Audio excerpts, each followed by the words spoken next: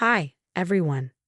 My name's Diana Mitchell, and I have a story to share, one that still makes my blood boil whenever I think about it. It's about my sister-in-law, Emma, and the time she tried to steal my house. I'm 32, a real estate agent in downtown Portland, and my husband Mark and I live in the most charming historic Victorian home you can imagine. The house, with its grand bay windows and wraparound porch, was a gift from his sweet grandmother, Rose. We've put our heart and soul into maintaining it, and every detail feels like it belongs to our story. You and Mark really hit the jackpot with this place, my mother-in-law said during Sunday dinner last month. Grandma Rose would be so happy to see how beautifully you've kept it. Well, some people just have all the luck, don't they? That was Emma, my sister-in-law, dropping her usual passive-aggressive remark while barely touching her plate. She's been like that since the day I met her, but I've learned to shrug it off. Actually, we've put a lot of work into it, I said, keeping my tone polite. Those renovations last summer nearly wiped out our savings. Must be nice to have savings to wipe out, Emma muttered, her fork stabbing aimlessly at her mashed potatoes. Her husband, Rick, as usual, sat there silently, his focus suddenly fixed on his plate. Later that evening, Diana, our close friend, cornered me in the kitchen. How do you deal with her constant jabs? I swear, every time I see Emma, she's either bragging about her future restaurant or complaining about how unfair life is. You should have heard her last week, I said while loading the dishwasher. She showed up unannounced and spent an hour ranting about how she would have graduated at the top of her culinary school class if her instructors hadn't sabotaged her. Oh, and she brought up suing them. Again. Seriously? Diana raised an eyebrow. Before I could answer, Mark walked in, looking annoyed. Babe, you won't believe what Emma just asked me. She wants us to host a dinner for her potential investors next week. Says she needs to showcase the neighborhood. I sighed. This is the third time she's mentioned these so-called investors. Has she even shown you a business plan? At least she's not camping out on our porch anymore, Mark said, chuckling nervously. She was doing that? Diana exclaimed. She told me she was taking pictures for her restaurant vision board. More like figuring out how to get us out, I muttered, shaking my head. The last time she was here, I caught her measuring our dining room. You're exaggerating, Mark said, though he didn't sound convinced. Am I? Yesterday, she sent me links to 3 cute starter homes she thought would be perfect for us. Little did I know how right I was, or how far Emma would go to get what she wanted. It all came to a head at the next family dinner. Emma showed up 2 hours late, practically buzzing with excitement, and she wasn't alone. Trailing behind her were 2 men in cheap suits who looked wildly out of place. Everyone, meet Mr. Johnson and Mr. Peters, Emma announced, clapping her hands. They're going to make my dreams come true. We see great potential in this location, Mr. Johnson said, scanning the living room as though he were mentally gutting it. What location? Mark asked, his brow furrowing. This one's silly. Emma beamed. Your house. Isn't it perfect? We're going to turn it into Emma's Place, the most exclusive restaurant in Portland. The room went silent. I nearly choked on my wine. Emma, I said, my voice measured. This is our home. We're not selling. Don't be so selfish, Diana, she snapped. This is my one chance. The investors are ready to move forward. We just need you to sell the house at a reasonable price. Family discount? Absolutely not. Mark stood up, his voice firm. Emma, you can't be serious, he continued. Mom, Dad, tell them. Tell them how this is my dream. Emma turned to her parents, tears already brimming in her eyes. Well, sweetie, maybe Diana and Mark could. Think about it, their mom started hesitantly. Think about it. Are you kidding me? I couldn't believe what I was hearing. That dinner was just the beginning. The next day, Emma was calling everyone in the family, spinning a dramatic tale about how I was crushing her dreams. My phone exploded with messages. Just heard what you're doing to poor Emma. Family should support family. Why can't you just help your sister-in-law? But that wasn't enough for Emma. She started showing up unannounced with investors. Sorry we had an appointment. She'd lie as a random stranger walked through my home snapping pictures. No, you didn't, I'd say, locking the door. But Emma would just push past me with that fake sugary smile. Then things escalated. Last week, while showing a property to clients, my colleague stopped me. Hey, isn't that your sister-in-law? she asked, pointing to Emma outside, chatting up one of my regular clients. Later, I found out Emma had been spreading rumors that I was unstable and about to lose my real estate license. The final straw came yesterday when Diana called me, her voice tense. "Diana, I overheard Emma at the cafe. These investors she's meeting, something's off. One of them was talking about creative solutions to get you out." "Get us out? What does that even mean?" "I don't know," Diana said, but she had this look in her eye. I've never seen her like this. That evening, I found our mailbox stuffed with restaurant flyers. Each one featured a photoshopped image of our house with a giant Emma's Place sign plastered on it. "This has to stop," Mark said, holding up one of the flyers. "I'll talk to her." "Your sister keyed my car last week, Mark. Talking isn't going to fix this." "You don't know it was her."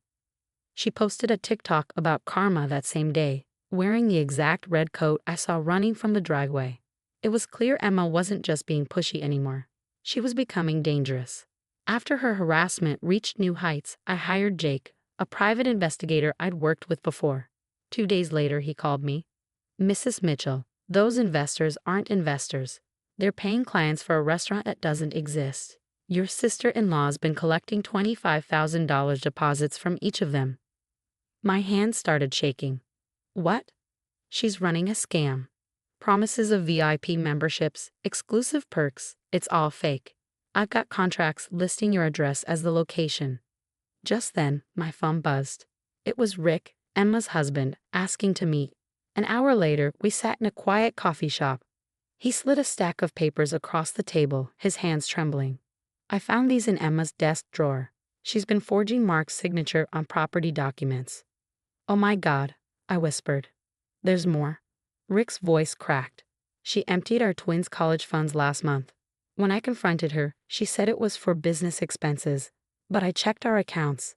Diana, she's got massive gambling debts. Dangerous people are involved."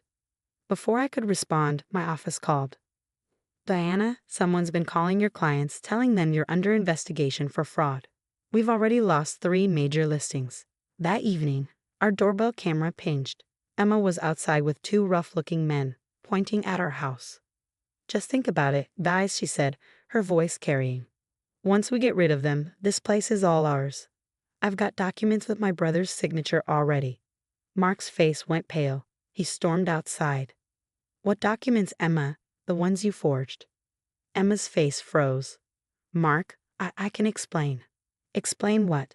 "How you scammed innocent people. Tried to steal our house. Sabotaged Diana's career.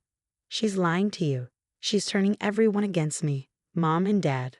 Mom and Dad will know everything tomorrow." Mark cut her off. "Every scam. Every lie. Every penny you stole from Rick and the kids." The 2 men with Emma exchanged uneasy glances. "You said this was legit," one growled. "You said you had permits and everything." Emma's confidence cracked. "Just give me 1 more week. I'll get your money back." "You better," the other man said, stepping closer. "Boss doesn't like being played." They left and Emma stood there, mascara streaked down her face. "Mark, please," she sobbed. "You have to help me. I'm your sister." "No," I said, stepping forward. "You lost the right to call yourself family when you tried to destroy ours. Leave, Emma, and don't come back. You'll regret this." She spat, her tears vanishing as quickly as they'd appeared. Then she stormed off. That night, Diana called me again. "I've been gathering evidence," she said. "I found 7 more people Emma scammed. They're all filing police reports." "Good," I said, watching Emma's car disappear down the street. "Because this ends now." Mark pulled me into a hug. "I'm so sorry I didn't see it sooner." "It's not your fault," I said softly. "But we're putting a stop to this, together."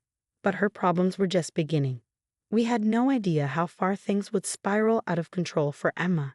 Within weeks, her investors started showing up at her house, demanding their money back. It turned out she had scammed over 20 people, each convinced they were buying exclusive ownership rights to Emma's place. "You better have our money," a furious crowd shouted one morning as they gathered outside her house. "We trusted you." The final straw came when debt collectors began harassing her kids at school. Rick finally snapped during their divorce hearing. "She took everything," he confessed, his voice breaking. even pawned the birthstone necklaces their grandmother left the kids. Then came the loan sharks. 2 men in sharp suits confronted Emma at her favorite cafe. "Time's up, princess," one said loudly enough for the entire room to hear. "Boss wants his $200,000 back now." That evening, Emma burst into our house, mascara streaking her face. "Please, you have to help me. These people, they're dangerous. I made a mistake, okay? I'm sorry. I'll do anything." I crossed my arms. "Like you were sorry when you tried to destroy my career, or when you stole your children's future. That was different. I was desperate," she wailed. Mark didn't even look up. "Not my problem," he said coldly. "Mark, please, I'm your sister." "Not anymore." The final blow came when Emma's previous victims from Seattle found her through social media. They'd been tracking her for years, waiting to expose her. One day, at the grocery store, a woman confronted her. "You stole my mother's retirement money," she said, her voice trembling with rage. Emma's perfectly curated world crumbled. Her investors turned out to be connected to a notorious local crime family, and they didn't take kindly to being scammed. The last I heard, Emma was washing dishes at a truck stop in Nevada, living in a dingy motel paid for by the week. Rick won full custody of the kids, and the police are still building their fraud case against her. Yesterday, Diana showed me Emma's latest social media post, a badly lit selfie in her stained waitress uniform. She left a snarky comment under one of my posts celebrating a real estate milestone. "Must be nice to have everything handed to you." I couldn't help but laugh. Mark and I had just finished converting part of our home into a luxury bed and breakfast. The irony? It's more successful than Emma's imaginary restaurant ever could have been. "Should we tell her?" Mark asked, smirking at her bitter comment. "Nah," I said, closing my laptop. "Let her watch from her motel room while we live our best life." Just then, the doorbell rang. It was her last investor, now looking to buy our thriving B&B. "Sorry," I said with a sweet smile. "This place isn't for sale, but I heard there's a former chef looking for work in Nevada." Makes a mean bowl of bitterness. Sometimes the best revenge is simply living well and letting karma do the rest. Emma wanted my house and my life so badly, she destroyed her own trying to take it. Now she gets to watch from afar as we thrive in the home she coveted, while she dodges debt collectors and serves coffee to truckers. As for me, I've learned that toxic people eventually poison themselves. You just have to stay out of the splash zone and let them fall. What about you? What would you do if a family member tried to destroy your life out of pure jealousy?